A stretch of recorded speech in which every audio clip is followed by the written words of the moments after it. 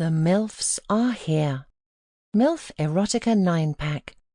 Threesome Erotica, Breeding Erotica, Anal Sex Erotica, MILF Erotica Collection. Written by Tori Westwood and Nicki Menage.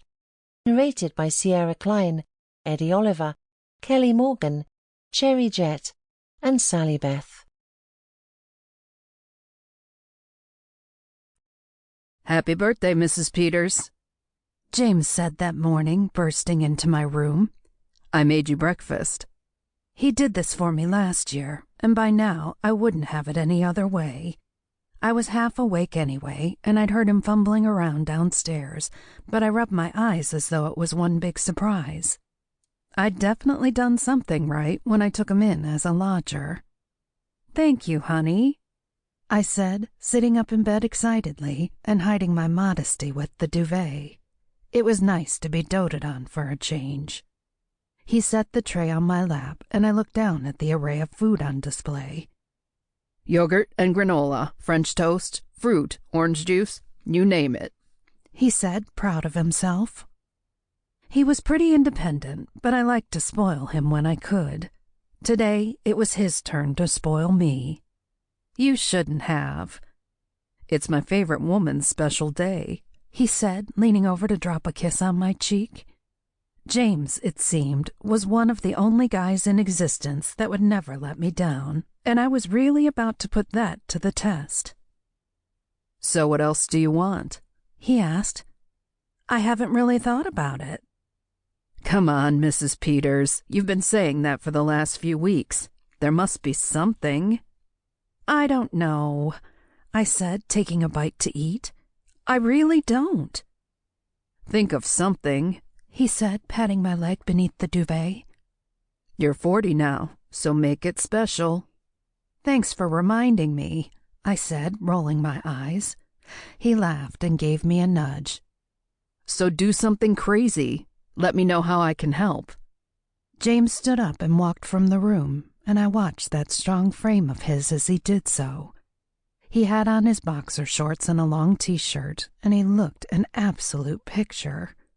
There was something about him that always put me in a good mood, but lately I'd been having the naughtiest of thoughts. I chewed on my food and thought about what he'd said. He was right. I'd never really done anything crazy. I'd never bungee jumped or skydived, or even gone extra large at the coffee shop. I was kind of straight-laced and, I guess, pretty unadventurous. I got to thinking of all the things I hadn't done, and in the melee of thoughts, I got to thinking about James. I ate breakfast mechanically, my mind elsewhere as I started to fantasize.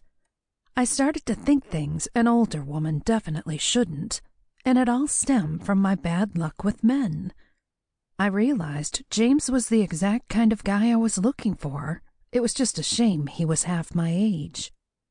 By the time I'd finished breakfast, I'd made a vow to myself to become more adventurous, and I was going to start practicing immediately. I set my tray at the side of the bed and jumped out, wrapping my dressing gown around me and heading downstairs. My mind was a mess, but I knew if I didn't act on my urges now, then I was never going to. "James," I said, bursting into the lounge. He was laid back on the sofa, looking over his chest at the television. "I know what I want." He sat up and looked towards me with a beaming smile. "What is it, Mrs. Peters?" "Anything." "You." He looked confused. "Me? I'm right here. You already have me." "No, I don't," I said, flustered. "Not how I want to." "What are you talking about?" "I want you," I said again, taking a few steps toward him. "Intimately." I reached out my hands and held his wrists, looking into his eyes. "Intimately?" "Yes, James. More than anything," I begged. "I want you. I realize it now. You're the man of my dreams." "But, Mrs. Peters," he said, still confused. "I'm only 19.